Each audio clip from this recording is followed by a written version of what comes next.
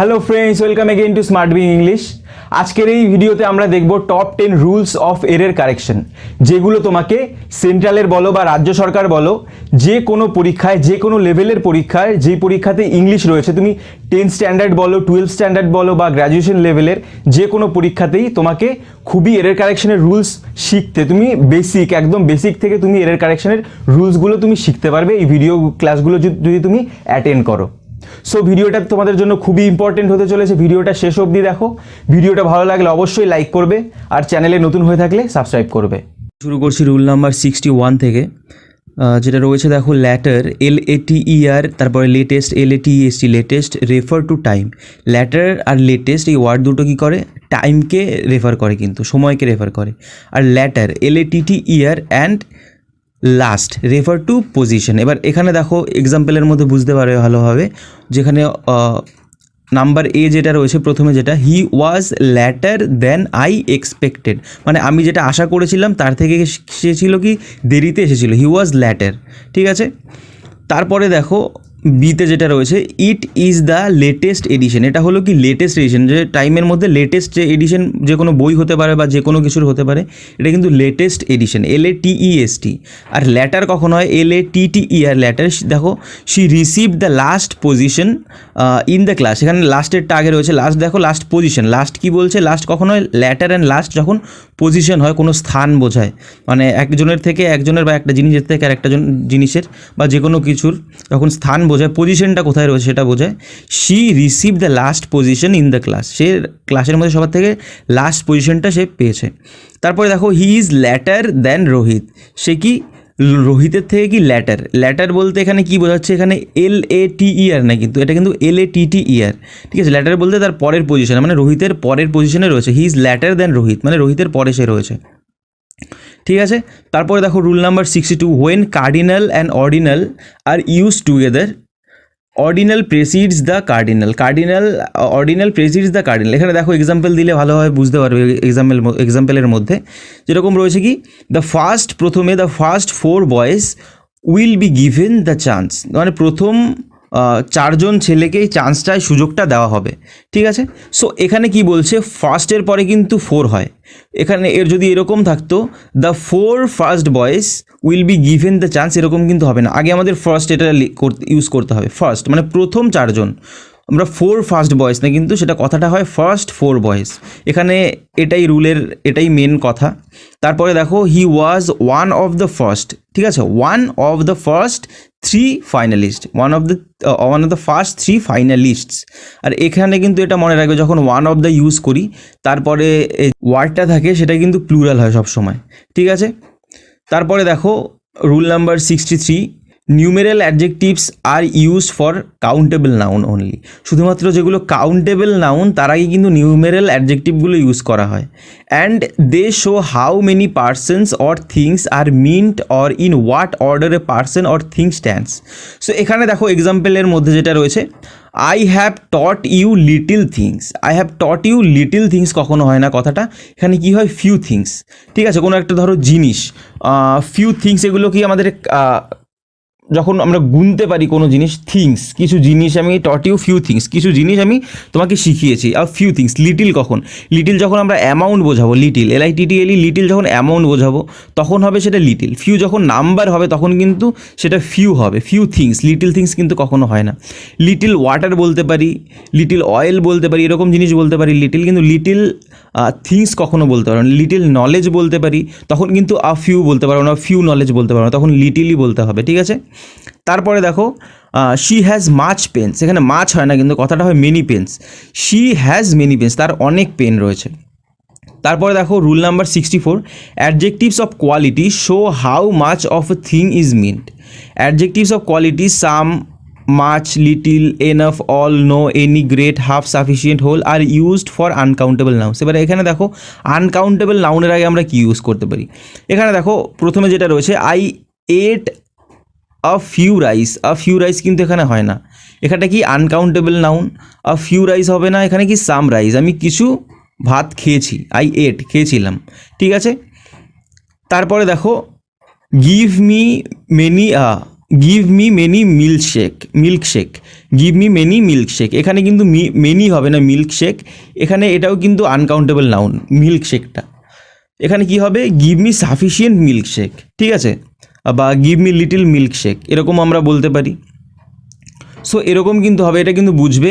আরেকটা জিনিস যেটা, যখন আমরা অ্যামাউন্ট বলবো না, মানে কোনো একটা জিনিসের পরিমাণ অ্যামাউন্ট যেটা গোনা যায় না, ধরো কোনো জল তো আমরা গুনতে পারি না, তখন কিন্তু জল বা এই জিনিস, এই সমস্ত পদার্থ বা এই সমস্ত জিনিসের আগে কিন্তু লিটিল এইসব ইউজ, লিটিল বা লিটিল এরকম ইউজ হয়। আর যখন কাউন্টেবল নাউন যেগুলো গোনা যায়, সংখ্যায় আমরা গুনতে পারি, ঠিক আছে, তখন কিন্তু ফিউ এরকম কিন্তু ইউজ করতে পারি। আর যখন আনকাউন্টেবল নাউন তখন কিন্তু সাম ইউজ করতে পারি, সাফিসিয়েন্ট ইউজ করতে পারি, ঠিক আছে, তখন লিটিলও আমরা ইউজ করতে পারি।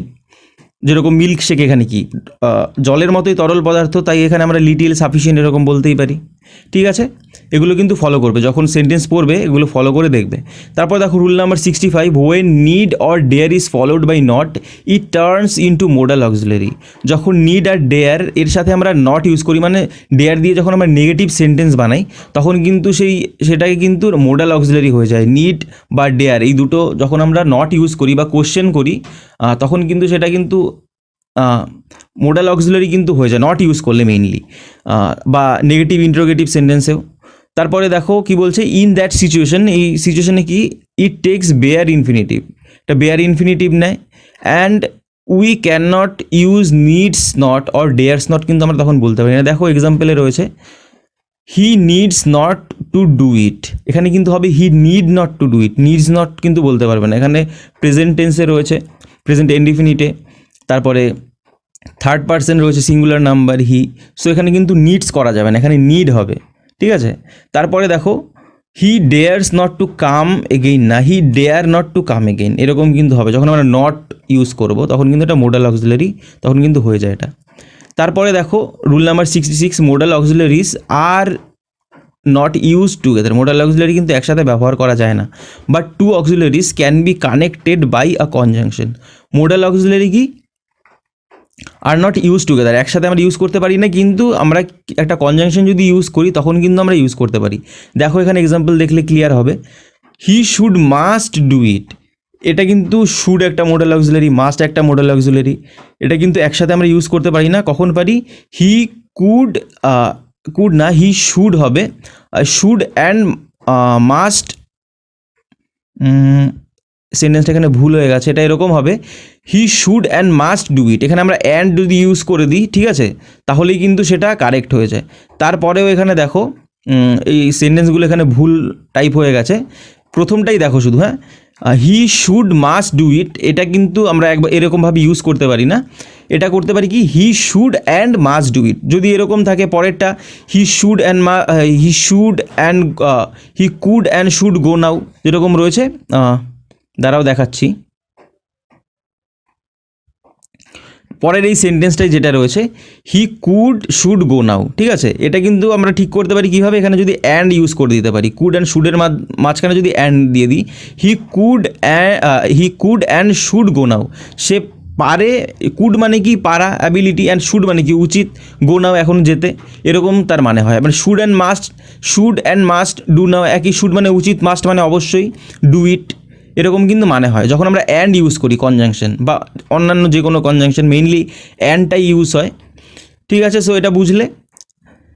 তারপর দেখো rule number 67, the present perfect tense is not used with the adverbs of past time like yesterday, in 1990 etcetera, here past indefinite tense is used. এবার এখানে দেখো যদি কোনো অতীতের কোনো ঘটনা, ঠিক আছে, ঘটনার সাথে যদি টাইম উল্লেখ করে দেয় তখন কিন্তু সেটা সিম্পল পাস্ট হবে বা পাস্ট ইনডিফিনিটেই কিন্তু আমাদের ইউজ করতে হবে, সেটা কিন্তু আমরা প্রেজেন্ট পারফেক্টে ইউজ করতে পারবো না, ঠিক আছে। তোমরা প্রেজেন্ট পারফেক্ট জানো কি, কোনো একটা ঘটনা হয়েছে কিছু আগে, প্রেজেন্ট পারফেক্টটা কি, এটা কিন্তু অতীতেরই একটা ঘটনা, মানে কিছু আগে হয়েছে একটা জিনিস, সেটা বর্তমানে তার এফেক্টটা, তার রেস্টটা কিন্তু এখনও রয়ে গেছে, সেটাই কিন্তু প্রেজেন্ট পারফেক্ট। কিন্তু কোনো যদি এরকম ঘটনাও হয় কিছু আগে হয়েছে বা কোনো একদিন হয়েছে, আমরা সেটা পারফেক্টে আমরা লিখতেই পারি ইচ্ছা করলে, কিন্তু যদি তার সাথে আমরা টাইম উল্লেখ করে দিই, ইয়েস্টারডে বা অতীতের যে কোনো টাইম, শুধু ইয়েস্টারডে বলে না, কোনো সময়, টাইম, ডেট, যে কোনো কিছু, সাল, যে কোনো কিছুই উল্লেখ করে দিই, দিন, মাস, সপ্তাহ উল্লেখ করে দিই, তাহলে কিন্তু সেটা পাস্ট ইনডিফিনিট হয়ে যায় বা সিম্পল পাস্ট হয়ে যায়। দেখো এখানে I have bought a bike yesterday. এবার ইয়েস্টারডে বলছি, অতীতের একটা সময় উল্লেখ করে দিয়েছি, ইয়েস্টারডে মানে গতকাল, তখন সেটা কিন্তু হ্যাভ আর হবে না। I bought a bike yesterday, আমি একটা বাইক কিনেছি গতকাল, এটা কিন্তু সিম্পল পাস্টে হবে। তারপরে দেখো he has visited there last year, সে লাস্ট ইয়ার মানে গত বছর এখানে ঘুরে গেছে, সো এখানে কী হবে, দেয়ার মানে সেখানে, হি ভিজিটেড দেয়ার লাস্ট ইয়ার, এরকম কিন্তু হয়। আমরা কিন্তু প্রেজেন্ট পারফেক্ট কিন্তু টাইম উল্লেখ করে ইউজ করতে পারবো না। তারপরে দেখো rule number 68, the future indefinite tense is not used in the clause of time. Future indefinite টেন্সে কি ক্লজ অফ টাইমের সাথে কিন্তু ইউজ করতে পারবো না, প্লেস অ্যান্ড কন্ডিশন যদি থাকে। Here present indefinite tense is used. So এখানে দেখো এক্সাম্পল দিলে ভালোভাবে বুঝতে পারবে, যেরকম এই সেন্টেন্সটা, I shall wait for you till you shall finish your work, মানে আমি তোমার জন্য ওয়েট করবো, I shall wait for you till you shall finish your work, মানে যতক্ষণ তুমি তোমার কাজটা শেষ না করবে, ঠিক আছে, till you finish your work, যতক্ষণ তুমি তোমার কাজটা শেষ করবে। সো এখানে দেখো আমরা কিন্তু পরের পার্টটা মেন বলছি, এখানে কিন্তু শ্যাল আমরা ইউজ করতে পারবো না, ঠিক আছে। I shall wait for you, আমি তোমার জন্য ওয়েট করবো, till you finish your work, এখানে কিন্তু টিল ইউ শ্যাল না, দুটোই কিন্তু ফিউচারে রয়েছে, কিন্তু প্রথমের পার্টটা ফিউচার আমরা ইউজ করবো, শ্যাল উইল বা যেটা দরকার হয়, কিন্তু পরের পার্টটা কিন্তু প্রেজেন্ট ইনডিফিনিটে হবে, ঠিক আছে। তারপর দেখো rule number 69, a verb when preceded by a preposition must be the gerund, মানে জেরান্ড ফর্মে থাকতে হবে, ঠিক আছে, must be in the gerund form, so এখানে দেখো কি বলছে, they were punished for come late. So এখানে দেখো they were punished for coming late, আর এই জিনিসটা মনে রাখবে, ফরের পরে কিন্তু সবসময় ভার্বের সাথে আইএনজিটাই হয়, যদি ভার্ব আমরা ইউজ করি ভার্বের সাথে আইএনজি হয়, they were punished for coming late এরকমই কিন্তু হয়, ঠিক আছে। তারপরে দেখো rule number 70, the present perfect continuous tense is used for an action that began in the past time and still going at the time of speaking. It is used with adverbial of time introduced by since, for and how long. So এইখানে দেখো কি বলছে, যে present perfect continuous টেন্সটা কি, যেটা কি অতীতে শুরু হয়েছিল, বর্তমানে চলছে কিন্তু এখনও শেষ হয়নি, ঠিক আছে, অতীতে শুরু হয়েছিল বর্তমানে চলছে কিন্তু এখনও শেষ হয়নি, এরকম যদি কোনো কিছু থেকে থাকে তখন সেটা কিন্তু আমার প্রেজেন্ট পারফেক্ট কন্টিনিউয়াসে ইউজ করতে হবে। তোমার টেন্স পড়েছো সবাই, টেন্সের মধ্যে দেখেছো। সো এটা কি হয়, he is playing football since, যখন আমরা সিন্স, ফর, হাউ লং যখন কোশ্চেন করতে যাই তখন ইউজ করতে হয়, মেইনলি সিন্স, ফর এইসবই তো আমরা ইউজ করে থাকি। সো এইখানে দেখো কি বলছে, যখন সিন্স থাকে তখন পয়েন্ট অফ টাইম, ফর থাকলে পিরিয়ড অফ টাইম। সো এখানে কি বলছে, he is playing football since 2007 সাল থেকে সে ফুটবল খেলছে। সো এরকম না যে সারা দিন রাত সে ফুটবল খেলছে, এরকম সেন্স না কিন্তু কথাটা, যে সে মানে খেলার সাথে যুক্ত রয়েছে 2007 সাল থেকে। সো এখানে কি হবে, he has been playing football since 2007, এখানে কিন্তু হ্যাজ বিন ইউজ করতে হবে, হ্যাজ বিন প্লেয়িং, ইজ দিলে কিন্তু হবে না সেখানে, সেটা কি প্রেজেন্ট পারফেক্ট কন্টিনিউয়াস, এখানে আমরা সিন্স বা ফর যদি ইউজ করে থাকি, আর যখন কোশ্চেন করতে যাই তখন হাউ লং দিয়ে করতে হয়। সো এই ছিল আজকের এই 10টা রুল। এর মধ্যে যদি বুঝতে কোনো অসুবিধা হয়ে থাকে অবশ্যই কমেন্ট করবে, আর এই জায়গাটা তুলতে ভুল হয়েছিল, বুঝতে অসুবিধা হলে কমেন্ট করবে, ঠিক আছে।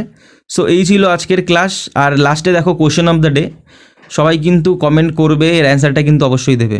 দুটো এখানে অপশন দিয়েছি, দুটোর মধ্যে একটা ঠিক একটা ভুল, ঠিক কোনটা সেটা তোমাদের বলতে হবে। প্রথমে দেখো রয়েছে it takes hard work in become a good leader, তারপরে it takes hard work in becoming a good leader. So এই দুটোর মধ্যে রাইট কোনটা সেটা তোমাদের কিন্তু বলতে হবে কমেন্টের মধ্যে, ঠিক আছে। আর ভিডিওটা শেষ অবধি দেখার জন্য ধন্যবাদ। আমাকে ইনস্টাগ্রামে ফলো করতে পারো, it's Roy SMN ITSROY SMN Suman Roy.